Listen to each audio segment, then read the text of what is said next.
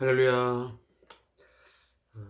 오늘 2022년 1월 24일 오늘 저녁 시간을 맞이해서 주삼교재 113페이지 참고하시면서 하나님 앞에 한 마음으로 예배하도록 하겠습니다.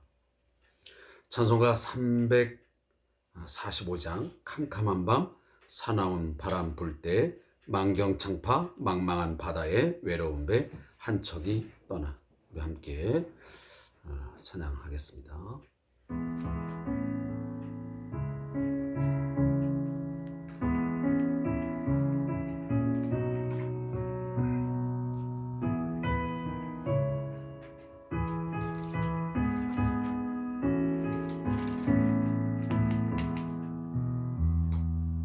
캄캄한 밤 사나운 바람 불 때 만경창파 망망한 바다에 외로운 배 한 척이 떠나가니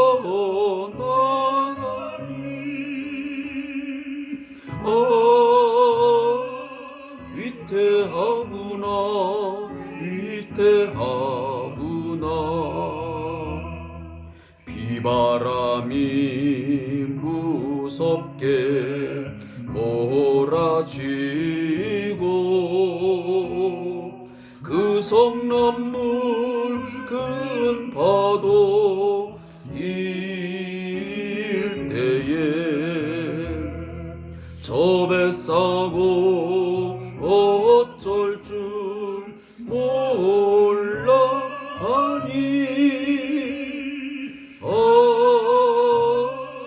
가련하구나 가련하구나.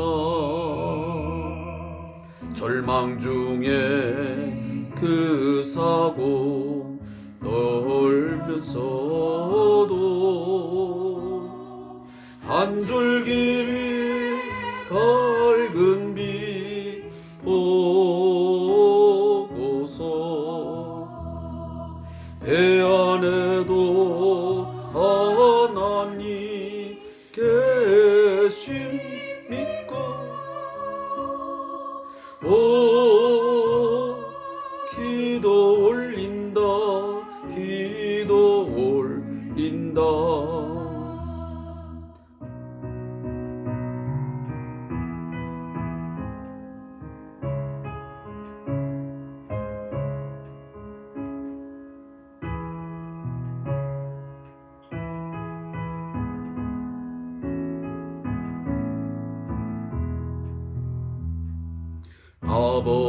아버지여 이 죄의 굽어보사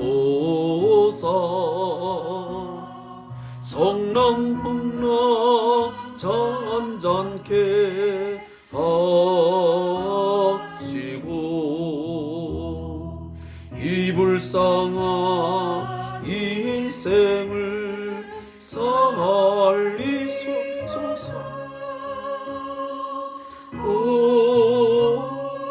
우리 하나님 우리 하나님 모진 바람 또 험한 큰 물결이 제 아무리 성내어 덮쳐도 권능에서 그 노를 서으시니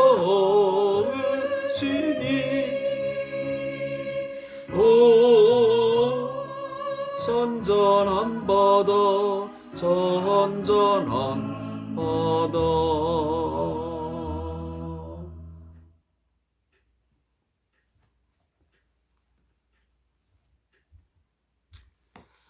어떤 분이 그런 이야기를 합니다. 또 우리는 함께 또 그런 이야기들을 참 많이 접했습니다. 인생은 바다를 항해하는 배와 같다라는 것입니다. 우리가 하루하루 살아가는 이 삶의 현장, 그곳은 어떤 때 보면 잔잔한 것 같고 배가 항해하기에 너무 좋은 날씨, 또 좋은 조건인 것처럼 보일 때가 있습니다. 그러나 또 어떤 순간을 보면 내 인생의 배 한 척을 띄우기에 또 1m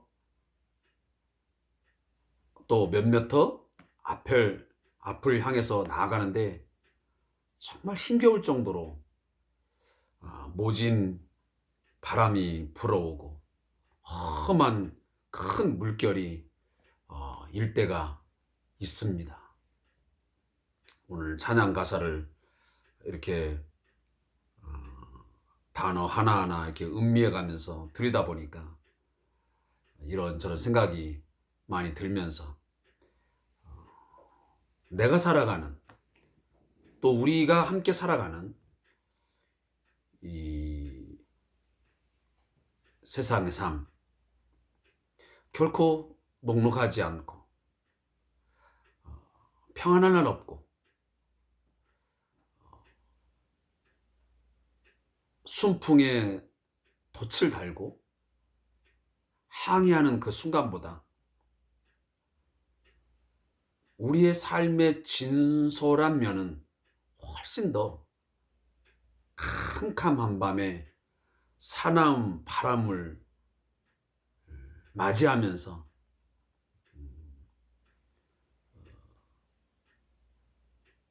정말 땀을 흘리면서 때로는 정말 죽을 힘을 당해서 노를 저어가야만 갈 수 있는 그런 시간들이 오히려 더 많지 않나 하는 생각을 갖습니다.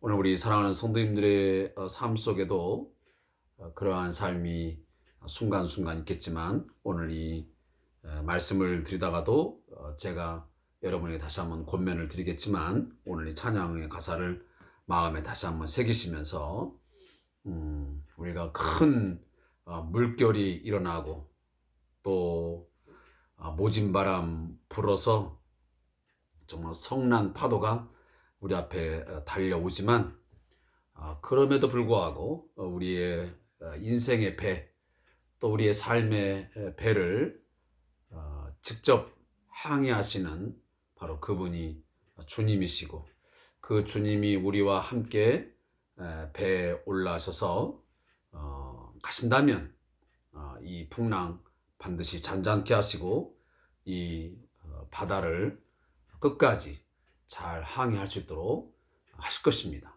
그리고 마지막 우리의 인생의 종착지, 마지막 가야 할 그 항구까지 우리를 무사히 갈 수 있도록 우리 하나님께서, 우리 주님이 분명히 우리를 붙드시고 우리와 함께 하실 줄로 믿습니다. 오늘 주의 말씀을 함께 찾아 읽도록 하겠습니다. 마태복음 8장 14절부터 34절까지의 말씀을 함께 보겠습니다.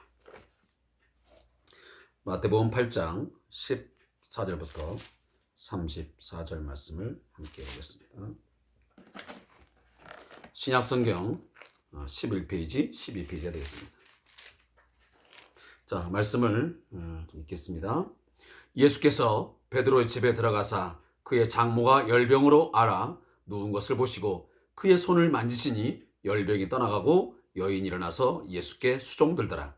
저물매 사람들이 귀신 들린 자를 많이 데려오고 예수께 오거늘 예수께서 말씀으로 귀신들을 쫓아내시고 병든 자들을 다 고치시니 이는 선지자 이사야를 통하여 하신 말씀에 우리의 연약한 것을 친히 담당하시고 병을 짊어지셨도다 함을 이루려 하심이더라. 예수께서 무리가 자기를 애워싸는 것을 보시고 건너편으로 가기를 명하시니라.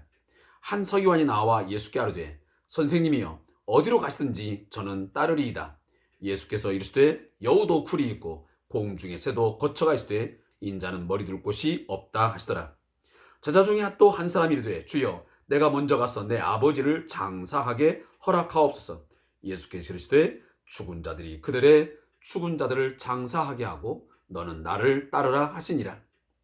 배에 오르심에 제자들이 따랐더니 바다에 큰 놀이 일어나 배가 물결에 덮이게 되었으니 예수께서는 주무시는지라. 그 제자들이 나와 깨우며 이르시되 주여 구원하소서 우리가 죽겠나이다. 예수께서 이르시되 어찌하여 무서워하느냐 믿음이 작은 자들아 하시고 곧 일어나서 바람과 바다를 꾸짖으시니 아주 잔잔하게 되거늘 그 사람들이 놀랍게 여겨 이르되 이가 어떠한 사람에게 바람과 바다도 순종하는가 하더라. 또 예수께서 건너편 가다라 지방에 가심에 귀신 들린 자 둘이 무덤 사이에서 나와 예수를 만나니 그들은 몹시 사나워 아무도 그 길로 지나갈 수 없을 지경이더라. 이에 그들이 소리질러 이르되 하나님의 아들이여 우리가 당신과 무슨 상관이 있나이까? 때가 이르기 전에 우리를 괴롭게 하려고 여기 오셨나이까 하더니 마침 멀리서 많은 돼지떼가 먹고 있는지라. 귀신들이 예수께 간구하 이르되 만일 우리를 쫓아내시려면 돼지떼에 들여 보내주소 하니 그들에게 가라 하시니 귀신들이 나와서 돼지에게로 들어가는지라. 온 떼가 비탈로 내리다라 바다에 들어가서 물에서 몰사하거늘 치던 자들이 달아나 시내에 들어가 이 모든 일과 귀신 들린 자의 일을 고하니 온 시내가 예수를 만나려고 나가서 보고 그 지방에서 떠나시기를 간구하더라. 아멘. 오늘 말씀을 좀 구분하겠습니다. 마태복음 8장 14절부터 22절까지의 말씀은 너는 나를 따르라는 제목하에 쓰여진 본문입니다. 이 본문을 요약하면 예수님은 그의 제자인 베드로의 집에 들어가셔서 그의 장모의 열병을 고쳐주십니다. 이후 많은 사람이 몰려들자 호수 건너편으로 자리를 옮기십니다. 어떤 서기관이 주님을 따르겠다고 하자 주님께서는 머리 둘 곳이 없다라고 대답을 하시지요. 아버지를 장사한 후에 따르겠다고 한 사람에게는 즉각적으로 따르라고 말씀을 하십니다. 자, 여기까지가 오늘 본문 14절부터 20절까지의 말씀에 대한 요약입니다. 우리들이 다양한 큐티 책을 접할 수가 있는데요. 그 큐티를 하면서 가장 놓치지 말아야 될 또 중요하게 여겨야 할 부분이 있는데 그 중에 가장 중요한 것은 그 본문을 통해서 하나님은 어떤 분이냐 그리고 하나님은 이 일을 왜 행하셨느냐라고 하는 어떤 이 목적 이런 것들을 우리가 이 캐치해내는 뭔가 그것을 깨달아내는 것이 가장 중요한 점들입니다.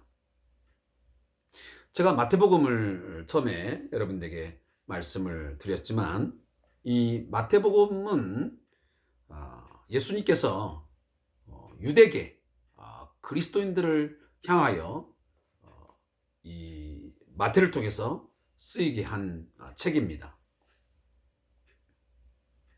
당시 유대인들은 나사렛에서 태어난 이 예수, 그러면 베들레헴에서 아기로 출생을 하여 나사렛에 와서 유년기를 지내고 거기서 또 상당한 부분 거의 30세쯤까지 자라신 그 예수에 대해서 그들은 결코 하나님의 아들로 인정할 수가 없었습니다.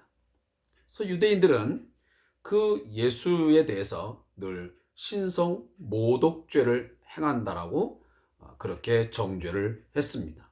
그리고 그를 따르는 자들에게도 똑같이 반목하며 그들을 정죄했던 것입니다.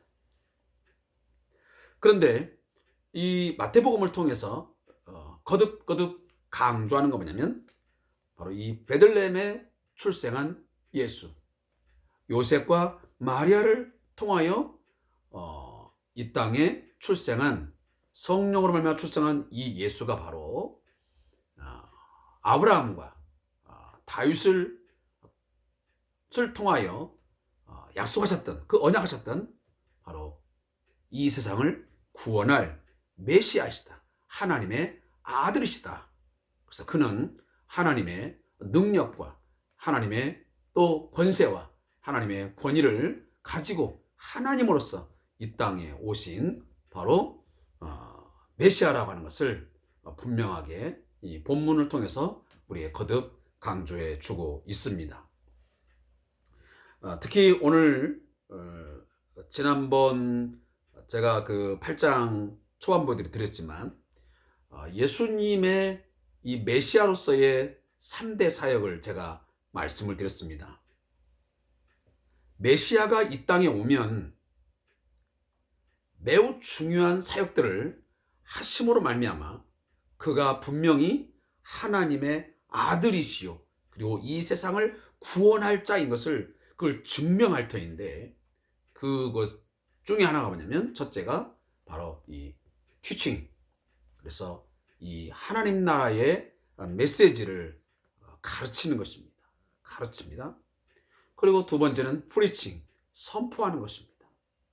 과거 선자들이 하나님의 나라를 선포하신 것처럼, 하나님의 말씀을 선포한 것처럼 프리칭, 하시면 선언하시고 선포하는 겁니다.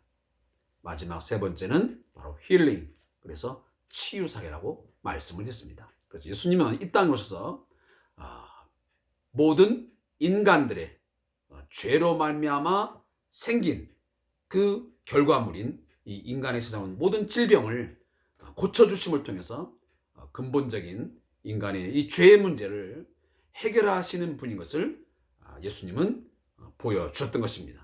왜냐하면 결국은 인간에게 질병이 찾아온 것은 죄로 말미암은 결과물 아니겠습니까? 따라서 예수님은 바로 그 질병을 고치심을 통해서 인간에게 있는 이 모든 질병, 그리고 결국은 이 죄의 문제까지 고치는 자이심을 보여주시고자 했던 것입니다. 그래서 앞으로는 지속적으로 이 예수님의 이 치유사역, 그리고 축귀, 다시 하면 귀신을 내어 쫓는 그런 사역들이 많이 기록이 되어 있습니다.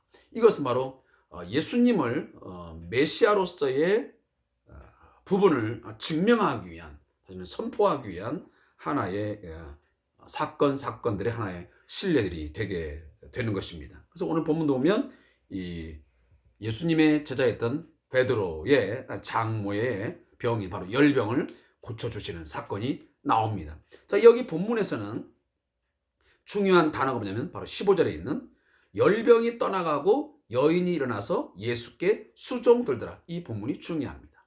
예수님이 그에게 손을 대시고 만지시니까 병이 뭐랍니까? 떠나갔습니다. 즉시 떠나갔습니다. 그리고 그것으로 끝난 게 아니고 그 열병을 앓고 있던 장모가 일어나서 예수께 수종드는 것입니다. 아니면 섬김의 모습을 보였습니다.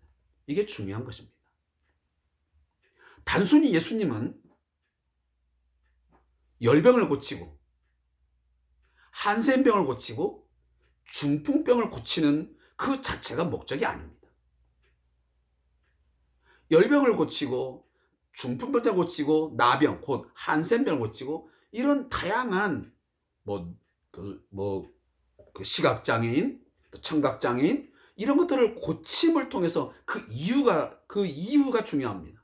그 고침 받은 후에 그들이 예수가 누구인지를 알고 결국은 예수를 따랐고 예수를 섬겼다는 데 중요한 점이 있습니다. 오늘날 우리 교회 공동체 안에도 단순히 교회에 나와서 예수를 믿음으로 병 나음으로 끝나면 그건 별로 의미가 없습니다. 예수님께서 그 예수의 이름으로 병을 낫게 하는 목적이 뭐냐면 그것은 예수가 누구인지를 알고 그 예수를 섬기게 하는데 결국은 궁극적인 목적이 있는 것이 단순히 질병을 고치는 데 있지 않다는 것입니다. 따라서 오늘 본문에 보면 결국은 이 베드로의 장모가 열병에서 치유가 되어 예수께 수종들었다고 하는 이 본문이 우리에게 중요한 메시지를 던져주고 있습니다.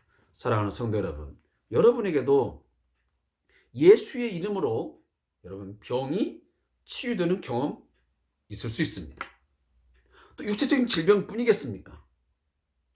내가 어떤 정신적인 질병, 또 어떤 사회적인 어떤 문제 때문에 크게 힘들고 고통스러웠었는데 거기에서 고침받아 새로운 어떤 관계가 형성되고 새로운 어떤 삶이 만들어진, 이것도 결국은 치유거든요. 이런 치유를 받았으면 반드시 예수를 신실하게 따르는, 다시 말하면 예수께 수종드는 삶이 반드시 있어야 됩니다. 그리고 오늘 본문에 보면, 자, 예수님은 이러한 병든 자를 왜 고치시느냐, 왜 귀신을 내어쫓느냐, 이런 사역들을 왜 하시냐. 아까 제가 서두에 말씀드렸지만 17절의 말씀을 응하기 위해서 그런 거예요. 선지자 이사야가 이사야 53장에서 말씀하기를 메시아가 이 땅에 오면 임마누엘, 하나님이 함께 하시는 그 분명한 증거, 다시 말하면 예수가 이 땅에 올 터인데 그는 우리의 연약한 것을 친히 담당하시고 병을 짊어지셨도다 함을 이루기 위해서 예수님은 그 질병을 고쳐주셨던 것입니다. 그래서 구약에 예언되었던 하나님께서 보내시겠다는 그 메시아가 바로 자신이라는 것을 드러내기 위해서 이러한 일을 행하셨다고 오늘 마태는 이 마태복음 8장 17절에서 다시 한번 이사야 53장 4절 말씀을 인용하면서 거듭 강조를 해주고 있습니다. 자, 이 사건이 일어나자 어떤 서기관이 나타나가지고 예수님을 따르겠다고 그렇게 청을 하게 됩니다. 자청을 하죠. 그때 예수님 말씀하시기를 내가 따르게 되면, 나를 따르게 되면 너희들이 생각할 때는 많은 어떤 영광을 누릴 것 같고 또 좋은 것들을 누릴 거라고 생각하지만 결코 그렇지 않다. 여우도 굴도 있고 공중에 새도 거쳐 있는데 인자는, 나는 머리 둘 곳이 없다. 결국 예수를 따르는 그 삶의 부분에서, 다시 말하면 예수께 수종들고 예수를 섬기고 예수를 따르는 삶에는 우리가 생각하는 것처럼 어떤 부귀영화, 평안함, 좋은 일들만, 어떤 대접받는 삶, 이런 것들이 있지 않다는 것입니다. 예수님조차도 결국 머리 둘 곳이 없을 만큼 그러한 삶을 누리는데 우리는 지금도 어찌 보면 예수를 믿고 예수를 섬기고 예수를 따르게 되면 뭔가 남들보다 많은 것을 누려야 되고 가져야 되고 뭔가 좋은 것들을 많이 얻어야만 그것이 예수를 따르는 자에게 어떻게 보면 매우 그냥 자동적으로 그냥 자연스럽게 따라오는 그 무엇 어떤 복이라고 생각을 하는 것입니다. 물론 예수를 믿고 그처럼 잘 되는 또 좋은 일이 많아지는 경우도 왜 없겠습니까? 그렇지만 우리의 포커스가, 우리의 신앙의 목적이 거기에 있어서는 안 된다는 것입니다. 근데 우리는 자꾸만 지금도 이 기복신앙에 깊이 빠져가지고 여전히 예수 믿으면 복받는다라는 그 기준이 결국은 세상의 이 복의 기준과 별반 다를 게 없는 그런 신앙으로 자꾸 빠지니까 우리들의 삶이 그토록 어렵고 때로는 우리의 신앙생활을 하면서 많은 갈등과 어려움이 생기는 것 같습니다. 제가 저자의 묵상을 잠깐 읽어보겠습니다. 사람들은 예수님의 효용 가치에 주목을 합니다. 예수님은 병자들을 보셨고 우리의 실생활에 필요한 무엇인가를 줄 수 있는 분이었기 때문입니다. 그래서 사람들은 예수에게로 몰려듭니다. 하지만 예수님은 그런 사람들을 보면서 추종자가 많다고 좋아하지 않으셨습니다. 오히려 다른 곳으로 떠나가기를 원하십니다. 영적 진리에 관심이 없이 이 세상에서의 성공이나 축복만을 추구하는 것은 참된 신앙일 수 없습니다. 예수님은 영광의 주님을 추구하며 따르는 자들을 향해서 머리 둘 곳이 없다고 말씀하십니다. 주님을 따르는 길이 영광의 길이 아니라 십자가의 길이라고 하시는 것입니다. 하지만 그 길은 고통스러운 길이 아니라 행복의 길이며 그 어떤 것과도 바꿀 수 없는 가장 가치 있는 길입니다. 그러기에 주님을 따르는 것은 그 무엇과도 비교할 수 없이 가장 중요한 일이 되어야 합니다. 주님을 따르겠다고 하면서도 사실은 이 세상의 것들 때문에 머뭇거리고 있는 것은 아닌지 살펴야 합니다. 가치의 문제입니다. 우리의 신앙의 가치를 어디에 두느냐? 우리가 믿고 있는 이 복음의 가치를 어디에다가 둘 것이냐? 그 기준이 무엇이냐? 라는 것을 정확하게 우리가 하지 않으면 우리는 결국 이 신앙생활에서 매우 많은 갈등을 빚을 수밖에 없고 여러분 잘못된 신앙의 길을 걸어가게 되고 그 결국은 생명의 길이 아닌 멸망의 길을 걸어갈 수밖에 없다는 것을 다시 한번 제가 강조해 드립니다. 그리고 23절부터 34절은 만물을 다스리시는 예수님이라는 제목으로 이 글이 기록되어 있습니다. 제자들은 예수님과 함께 갈릴리 바다를 건너던 중 큰 파도가 치자 고통스러워합니다.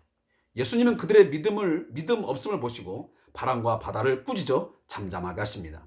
또한 가다라 지방에서 만난 귀신 들린 사람 두 명을 온전하게 고쳐주십니다. 두 사람에게 있던 귀신들은 돼지떼에 들어가고 돼지떼가 물에 들어가 몰살하게 됩니다. 자, 이 말씀에도 핵심이 있습니다. 그건 뭐냐? 이 갈릴리 바다, 보통 우리가 디베리아 바다라고도 표현을 하는데 이 갈릴리 바다, 이 디베리아 바다는 예수님 당시에 그 활동하면서 매우 중요한 하나의 거점이 되었고 그것을 중심으로 해서 많은 사건 또 많은 이적들이 있었던 것을 우리가 익히 성경을 통해서 알고 있습니다. 근데 오늘 예수님께서 이 갈릴리 바다를 배를 타고 건너가는 와중에 갑작스러운 큰 파도가 일어나면서 이 배에 엄청난 뭔가 흔들림이 찾아오게 되었습니다. 그때 그 배에 올라있던 제자들이 예수님을 향해서 이제 소리를 지르게 됩니다. 그리고 예수님을 막 잡아 깨웁니다. 우리가 죽게 되었다고. 그때 예수님이 그 자들을 향해서 믿음이 적은 자들아 하시면서 꾸짖고 결국은 예수님이 바람과 바다를 꾸짖음으로 그 바다가 잔잔했다 라고 하는 것이 이 사건의 중심입니다. 근데 여기서 중요한 건 뭐냐면 예수님이 또 어떤 분이시냐?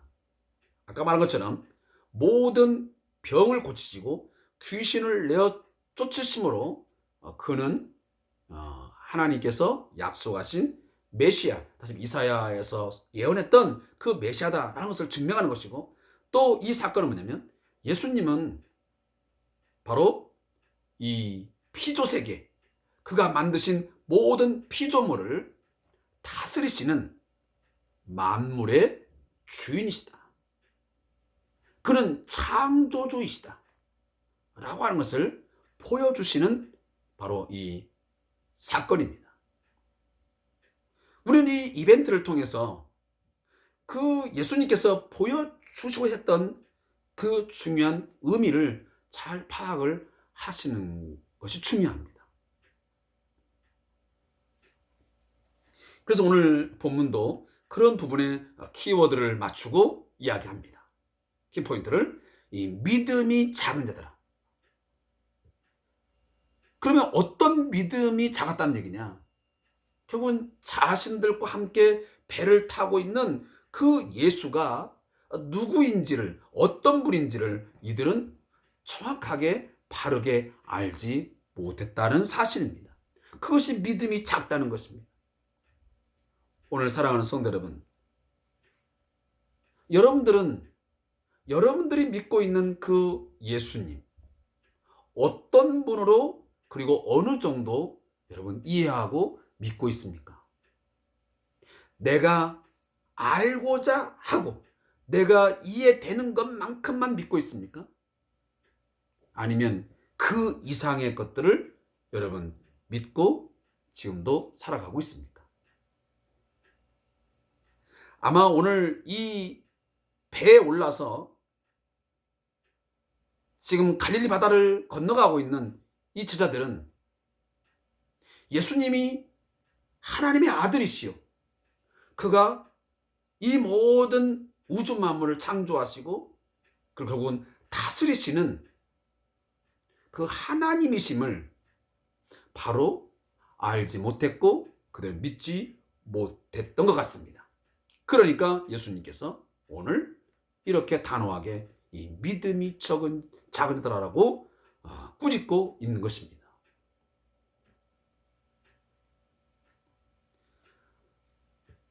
아마 오늘 우리도 어떤 상황을 만났을 때, 어떤 환경에 처했을 때, 뭐 돈의 문제도 좋고 또 가족의 어떤 문제,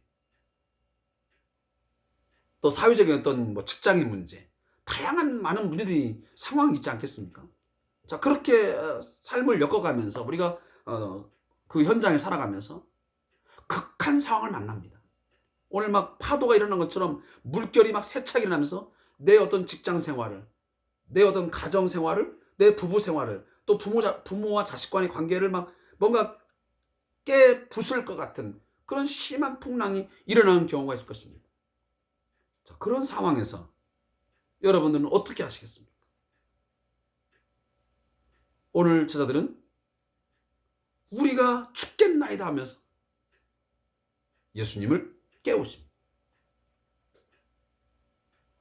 어찌 보면 인간적으로 보면 굉장히 그냥 뭐 당연한 거 아닌가. 지금 이 배가 뒤집어지면 죽을 수밖에 없으니까 그 진심의 내용을 가지고 말하는데 그게 무슨 믿음이 작은 자라고 예수님이 그렇게 꾸짖음을 하시는 것일까? 좀 이해가 되지 않을 것 같지 않습니까? 그러나 예수님의 측면에 봤을 때는 그들이 지금 예수님을 깨우면서 우리가 죽겠다 하는 그 내면을 볼 때에 그 깨움, 그리고 그들이 소리를 치는 그 소리의 내용을 들어보니 예수님 자신이 누구인지를 모르는 가운데서 그렇게 지금 아우성을 치니까 거기서 지금 꾸짖은 것입니다. 우리도 그냥 예수를 믿으면서 그래도 어느 정도 나도 예수를 믿지만 어떤 상황 때문에 힘들었다, 죽겠다 하는 어느 정도의 생각은 우리가 얼마든지 용납할 수 있고 또 수긍이 가는 측면도 있습니다. 그러나 그것이 내 안에 믿음이 있는 가운데서 하는 그 말과 내 안에 정말 어떤 상황을 당했는데 그동안 내가 믿었던 예수님에 대해서 전혀 아무것도 느끼지 않고 그저 그냥 막 죽겠다고 소리친 것과 이건 분명히 차이가 있지 않겠습니까? 똑같은 외침이고 똑같은 어떤 인간적인 연약함에 대한 고백이지만 그러나 그 내면은 분명히 다를 수 있습니다. 믿으면서도 어느 정도 있지만 그냥 소리를 치는 것과 그러나 믿음이 진짜 전혀 없는 가운데서 하는 외침은 다르지 않겠습니까? 거기에 대한 예수님의 어떤 책망이다라고 볼 수 있죠. 그래서 27절에 보면 바다가 아주 잔잔해지니까 이가 어떤 사람에게 바람과 바다도 순종하는가 하더라 할 때, 자, 이것은 퀘스천 마크를 붙여주는 겁니다. 우리 독자들에게 결국은 예수님은 어떤 분이시냐? 우리가 대답해야 됩니다. 예수님은 바람과 바다도 순종하게끔 하실 수 있는 말씀에, 주의 말씀에는 능력이 있고 그는 모든 피조물을, 모든 만물을 다스리시는 주 예수 그리스도시다 라는 것을 우리는 고백할 수 있어야 됩니다. 나의 어떠한 환경도, 내 어떠한 삶도, 이 세상의 모든 어떤 지진, 어떤 자연 어떤 재해, 이 모든 것들을 주님이 말씀하시면 일으킬 수도 있고 그것을 해결할 수 있으시는 바로 주님이라는 것을 우리는 항상 고백하고 우리 믿고 살아가야 됩니다. 그리고 마지막 절에 보면 결국은 이제 예수님께서 지금 가다라 지방에 가셔서 귀신 들린 두 사람을 그 무덤사에서 만나게 되는데, 이 귀신 들린 사람이 얼마나 몹시 사나웠으면 그 무덤 사이에 이 사람 때문에, 이 두 사람 때문에 감히 그 앞을 누구도 지나갈 수 없을 만큼 그렇게 아주 강력한 귀신에 들려서 아주 추하게, 아주 사납게 삶을 살아가던 사람이 있었던 것입니다. 바로 그 귀신 들린 두 사람과 예수님이 결국은 충돌을 하게 됩니다. 만나러 가셨죠. 자, 만나는 순간 이 귀신이 누구를 알아봅니까? 예수님이 누구인지를 알아보았습니다. 우리가 보통 그런 말 하지 않습니까? 귀신같이 한다고. 귀신은 매우 잘합니다. 귀신은 내가 정말 예수를 잘 믿는 사람인지 아니면 겉으로만 예수를 믿는 사람인지 너무도 정확히 잘합니다. 저는 그런 신뢰를 진짜 본 적도 있어요. 여러분, 만약 귀신 들린 사람이 여러분들이 갔을 때에 그 사람이 정말 벌벌 떠고 그리고 눈을 마주치지 못하고 피하고 그러면 여러분 안에는 정말 예수가 확실히 있는 겁니다. 예수의 영이, 하나님의 영이 여러분에게 충만하게 있는 것입니다. 그러나 예수를 믿는 것 같은데 그저 그냥 썬데이 크리스찬처럼 그냥 예배에 참석할 뿐이지 믿음이 제대로 있지 못하게 되면, 귀신 들린 사람이 여러분을 만나게 되면 눈을 똑바로 쳐다보면서 아마 여러분들에게 호통을 치거나 아니면 달려드는 그런 일이 벌어질 것입니다.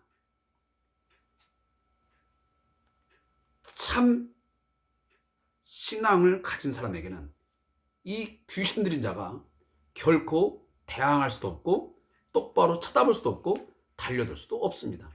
왜냐? 이 귀신도 결국은 예수 앞에는 순종할 수밖에 없고 무릎 꿇을 수밖에 없는 존재이기 때문입니다. 그래서 오늘도 이 귀신 들린 사람이 보자마자 어떻게 합니까? 우리가 당신과 무슨 상관나니까, 때가 이르기 전에 우리를 괴롭게 하려고 오죠. 자신들을 괴롭게 하려고 지금 왔습니까? 이게 무슨 말입니까 지금? 예수가 오면 자신들이 괴롭다는 것입니다. 제대로 사역을 할 수가 없습니다. 활동을 할 수가 없어요. 여러분들은 이 사실을 믿습니까? 여러분들이 올바른 믿음, 확실한 믿음, 예수님이 내 안에 충만히 계시면 여러분, 귀신도 여러분 앞에서 벌벌 떨 것이고 귀신이 어떠한 역사도 우리에게서 행할 수 없음을 우리는 믿으시기 바랍니다. 이런 믿음이 있어야 돼. 그리고 귀신 들린 자가 있으면 여러분 가서 기도하시고 귀신을 내 이름으로 아니고 예수의 이름으로, 예수의 그 이름의 권세로 내어 쫓아 주셔야 됩니다. 이것이 우리가 결국은 예수 민자로서 해야 될 일. 이건 목사만 한 일도 아니고 전사님만 해야 할 일이 아니에요.